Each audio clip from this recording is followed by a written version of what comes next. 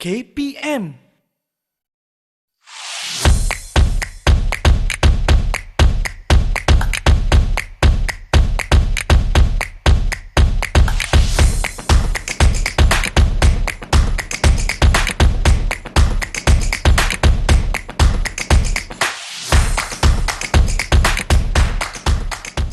Assalamualaikum, salam sejahtera penonton Didik TV KPM. Anda sedang menonton program Bina Upaya Guru bersama saya Nisa K, pengacara anda pada hari ini, di mana di program ini kami ingin membawa anda bersama-sama menelusuri laluan kerjaya seseorang guru tersebut. Tidak kiralah mereka ini adalah guru-guru di bilik darjah ataupun para pensyarah maupun mereka yang terlibat di bahagian pentadbiran. Satu lagi episod yang saya kira sangat-sangat menarik dan pasti ramai orang ingin mengetahui dengan lebih lanjut berkaitan dengan apa yang bakal kita bincangkan pada hari ini, di mana tajuk kita ialah SSM ke arah melahirkan Olimpian, SSEM menjana pewaris budaya bangsa. Kementerian Pendidikan Malaysia dalam usaha untuk membangunkan bakat serta menyerlahkan lagi kecenderungan murid telah pun mengambil inisiatif untuk menubuhkan sekolah-sekolah sukan di Malaysia serta sekolah-sekolah seni, dan ini merupakan antara cara untuk memastikan kemenjadian murid yang terhasil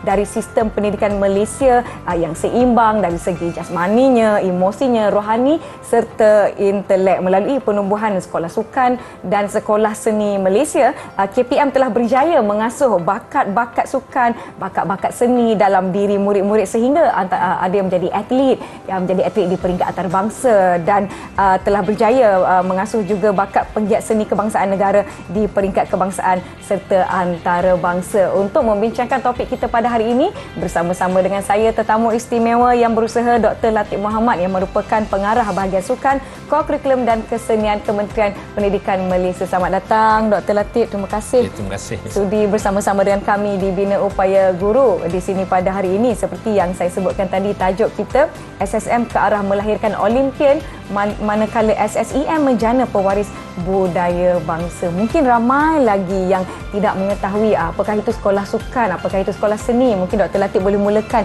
dengan menceritakan bagaimana bermulanya penubuhan sekolah sukan Malaysia dan juga sekolah seni Malaysia. Silakan Doktor. Okay, terima kasih Nisa.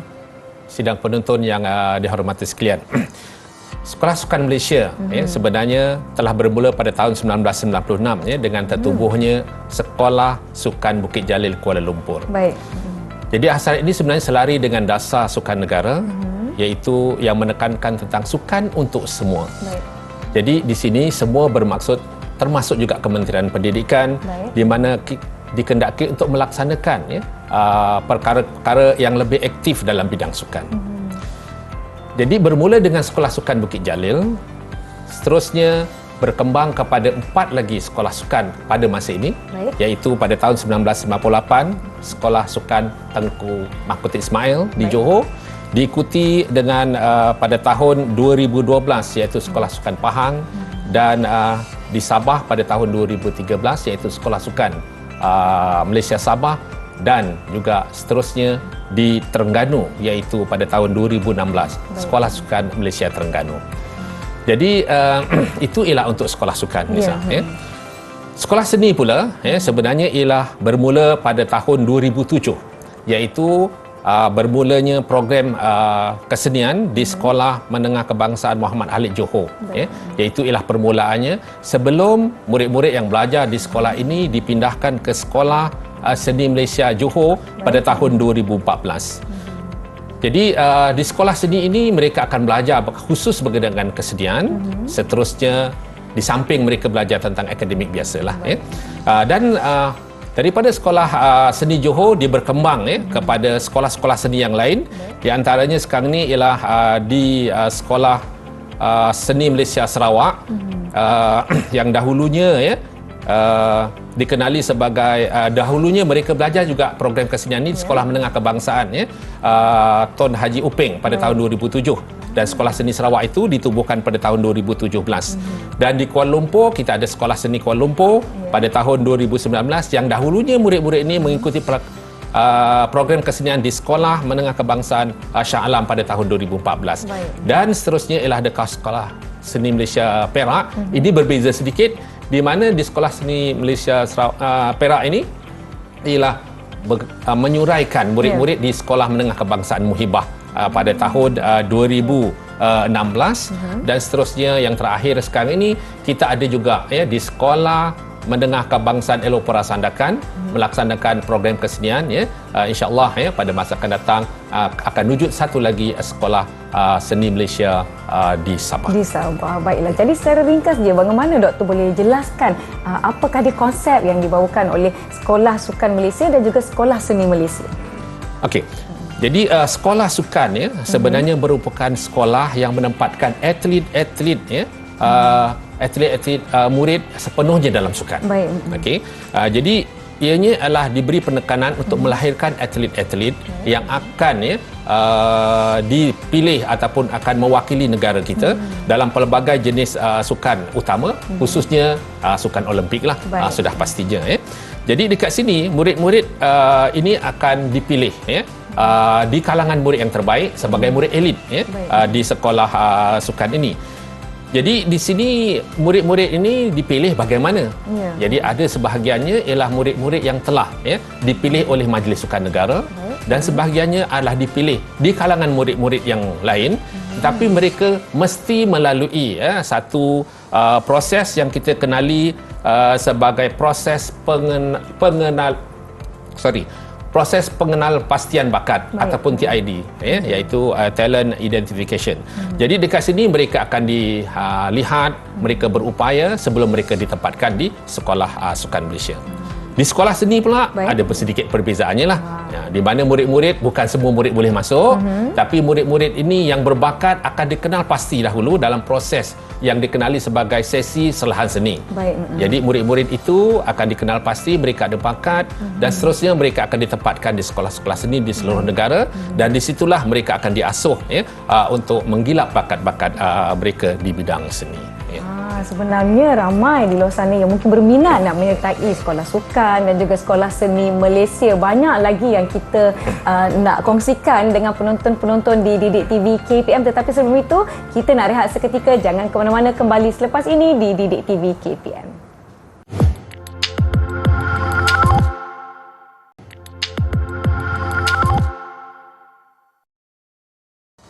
Masih bersama kami di Bina Upaya Guru Didik TV KPM membincangkan serba sedikit berkenaan dengan Sekolah Sukan Malaysia dan juga Sekolah Seni Malaysia. Bersama-sama saya yang berusaha Dr. Latif Muhammad yang merupakan pengarah bahagian sukan, kurikulum dan kesenian KPM. Jadi kita dimaklumkan bahawa tenaga pengajar di Sekolah Sukan dan juga Sekolah Seni digelar sebagai jurulatih. Jadi sejauh mana peranan serta kepentingan jurulatih-jurulatih di Sekolah Sukan dan Sekolah Seni dan bagaimana sekiranya ada yang berminat nak menjadi jurulatih di Sekolah Sukan serta Sekolah Seni, Doktor?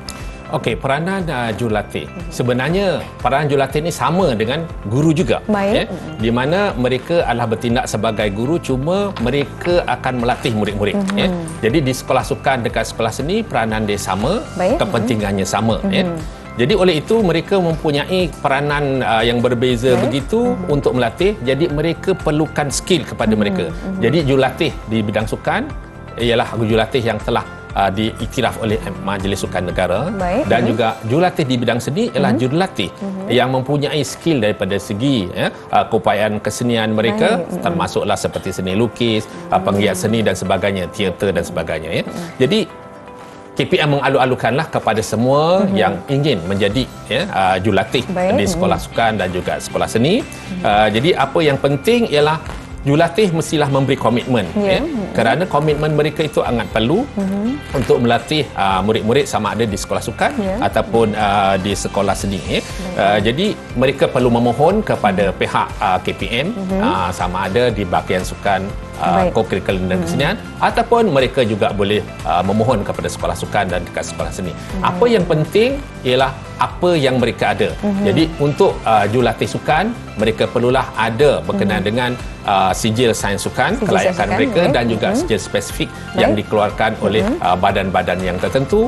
Tapi di sekolah seni mereka perlu mempunyai ijazah dalam bidang kesenian dan juga mereka juga ialah penggiat seni. Penggiat seni. Penggiat seni. Mereka yang dekat dengan industri sesuai untuk melatih mereka menjadi pelapis seterusnya pula. Jadi adakah terdapat latihan-latihan tertentu kepada jurulatih sekolah seni dan sekolah sukan ini untuk memantapkan lagi pengetahuan dan juga skill mereka bagi memastikan murid-murid ini mendapatkan sesi pengajaran yang optimum di sekolah seni dan juga sekolah sukan? Ya, sudah pastinya.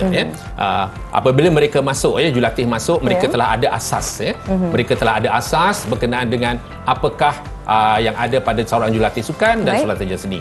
Di peringkat apabila mereka telah masuk, kita akan adakan pelbagai latihan untuk mereka dengan kerjasama pihak-pihak yang tertentu. Contohnya, untuk jurulatih sukan, kita akan bekerjasama dengan Majlis Sukan Negara dan juga badan-badan yang tertentu untuk mempertekadkan tentang keupayaan mereka untuk melatih murid-murid sukan supaya murid-murid ini boleh seterusnya untuk menjadi pelapis pada masa akan datang.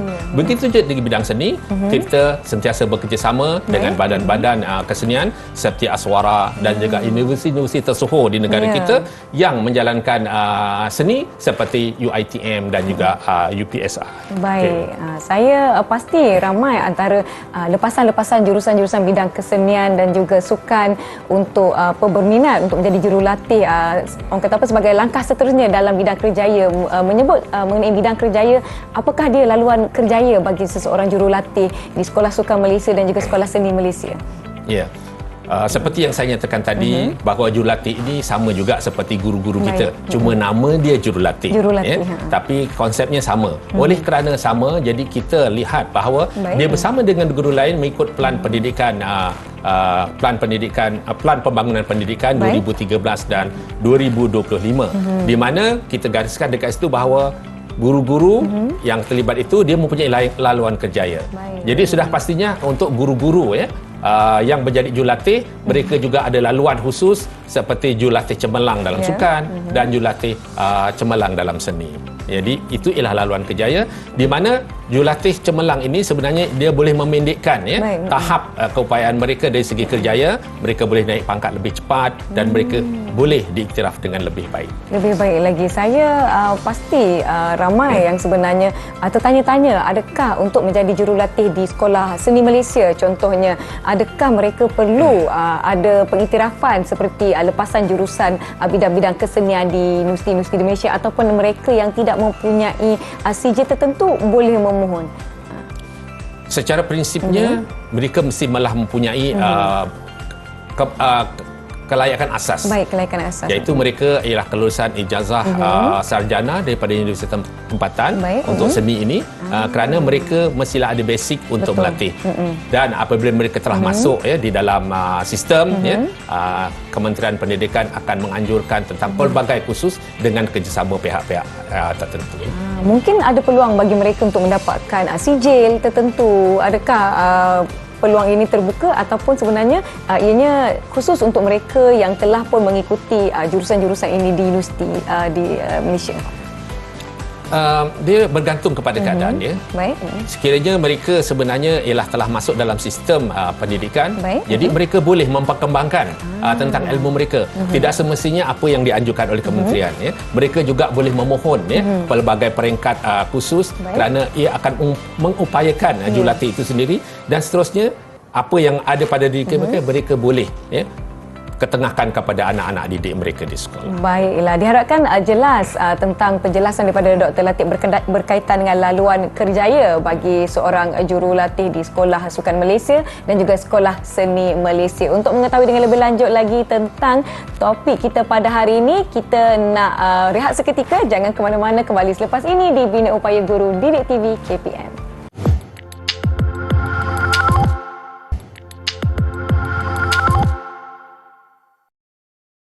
Terima kasih masih menonton Bina Upaya Guru di saluran Didik TV KPM. Secara amnya kami membincangkan mengenai laluan kerjaya jurulatih-jurulatih di Sekolah Sukan Malaysia dan Sekolah Seni Malaysia. Saya pasti Doktor, banyak kejayaan yang telah dicapai oleh jurulatih-jurulatih di kedua-dua Sekolah Sukan dan juga Sekolah Seni, membawa atlet-atlet dan juga pelapis-pelapis seni di Malaysia. Jadi mungkin Doktor boleh kongsikan apa antara kejayaan-kejayaan yang telah dicapai oleh para jurulatih yang kita bincangkan pada hari ini. Okey, terima kasih Nisa. Sama-sama. Memang banyak kejayaan-kejayaan ini. Jadi kalau nak kita bincangkan memang terlalu panjang.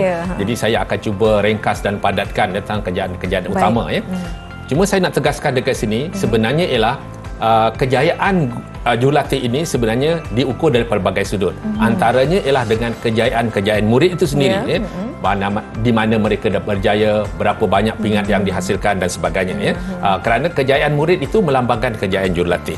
Jadi sebagai contoh kita ambil di Sekolah Sukan Negeri di Sekolah Sukan Malaysia Jadi Sekolah Sukan Malaysia jadi kalau kita lihat bahawa di pelbagai peringkat sama ada di peringkat sukan SEA, sukan Commonwealth ataupun sukan Olimpik semua sekali ialah didominasi oleh atlet-atlet yang dulu asalnya daripada sekolah sukan. Jadi kalau di sekolah sukan itu sendiri mereka kebanyakannya ialah memasuki sehingga ke tahap sukan SEA, kemudian di sukan-sukan yang lain itu ialah bekas-bekas murid daripada sekolah sukan.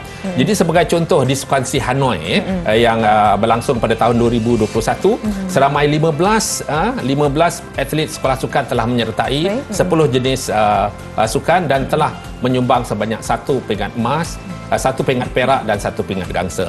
Dan sebelum itu di sukan SEA di Filipina tahun 2019 seramai 24 atlet telah menyertai 15 jenis sukan dan telah menyumbang 5 pingat emas, 4 pingat perak dan 3 pingat gangsa. Dan yang paling bersejarah sekali ialah apabila dilaksanakan sukan SEA pada tahun 2017 di Kuala Lumpur. Pada waktu itu 54 orang atlet sekolah sukan telah menyertai 16 jenis sukan dan telah menyumbang sebanyak 18 pingat emas, 10 pingat perak dan 6 gangsa. Jadi itu yang kita lihat bagaimana kejayaan-kejayaan jurulatih kita. Jadi jurulatih ini akan melihat tentang perkara tersebut. Jadi di sekolah seni pula, kalau kita lihat tadi sekolah sukan, mungkin sedikit di sekolah seni. Sekolah seni sebenarnya ialah ada banyak juga kejayaan-kejayaan di peringkat antarabangsa. Kalau kita lihat anak-anak kita di sekolah seni pernah mencapai kejayaan menerima Certificate Merit Arts di 20th International Foundation for Art and Culture FAC di Jepun pada tahun 2020. Dan juga telah mencapai pingat emas dalam kategori tarian di Festival Seni dan Kebudayaan Belia Antarabangsa di Nanjing, China pada tahun 2019. Jadi itu ialah di antara kejayaan-kejayaan yang pernah dicapai untuk murid yang menggambarkan bahawa kejayaan jurulatih sukan dan jurulatih seni. Saya pasti banyak lagi kejayaan yang boleh dikongsi, tapi takut sampai esok pula episod kita hari ini, Doktor. Jadi ke mana hala tuju jurulatih di Sekolah Sukan Malaysia dan juga Sekolah Seni Malaysia ni, Doktor? Okey. Jadi hala tuju itu sebenarnya ialah berasaskan konsep ataupun prinsip yang kita tegakkan di sekolah sukan dan sekolah seni. Di mana Sekolah Sukan Malaysia ialah ke arah melahirkan Olimpian.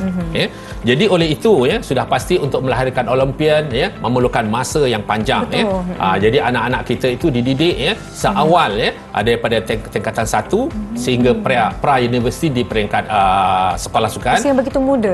Ada juga setengah-setengah sukan itu di tahun 5 lagi mereka telah masuk ke sekolah sukan. Jadi perancangan telah ditetapkan. Jadi jurulatih akan melaksanakan perancangan-perancangan tersebut. Jadi itu hala tuju telah ditetapkan di peringkat kementerian. Dan bagi jurulatih seni pula konsep yang kita nak lakukan ialah sekolah seni ke arah menjana pewaris budaya bangsa. Jadi dekat situlah jurulatih itu telah diberikan perancangan mereka dan mereka melaksanakan semuanya mengikut apa yang sepatutnya, melihat tentang pergerakan dan sebagainya untuk memastikan bahawa anak-anak didik di sekolah seni itu berjaya dengan sempurna. Baiklah, memandangkan kita telah pun tiba di penghujung episod kita pada hari ini, serba sedikitlah saya nak tahu daripada Dr. Latif, harapan Dr. terhadap jurulatih di Sekolah Sukan Malaysia dan juga Sekolah Seni Malaysia seluruh negara. Harapan sangat besar jadi kepada anda sebagai jurulatih semua jadi saya mengharapkan bahawa jurulatih sama ada dalam bidang seni ataupun bidang sukan sudah mestinya mereka mesti melaksanakan apa yang dirancang. Apa tujuannya? Ialah untuk mencapai kejayaan dan kecemerlangan. Harapan ini bukan sahaja harapan saya, tapi malah harapan daripada ibu bapa, harapan daripada sekolah, juga harapan daripada murid-murid sendiri.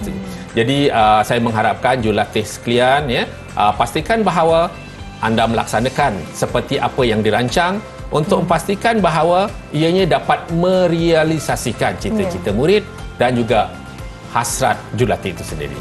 Baiklah, terima kasih kami ucapkan kepada yang berusaha Dr. Latif Muhammad sudi bersama-sama dengan kami di sini pada hari ini membincangkan topik kita SSM ke arah melahirkan Olimpian, SSEM menjana pewaris budaya bangsa. Diharapkan apa yang kami bincangkan pada hari ini memberi manfaat dan juga penjelasan terhadap topik laluan kerjaya seorang jurulatih di Sekolah Seni Malaysia dan Sekolah Sukan Malaysia. Terima kasih sekali lagi Dr. Latif. Semoga kita bertemu lagi. Terima kasih penonton saluran Didik TV KPM. Saya akan berjumpa anda lagi di episod akan datang Bina Upaya Guru. Saya Nisa K. Assalamualaikum dan salam sejahtera.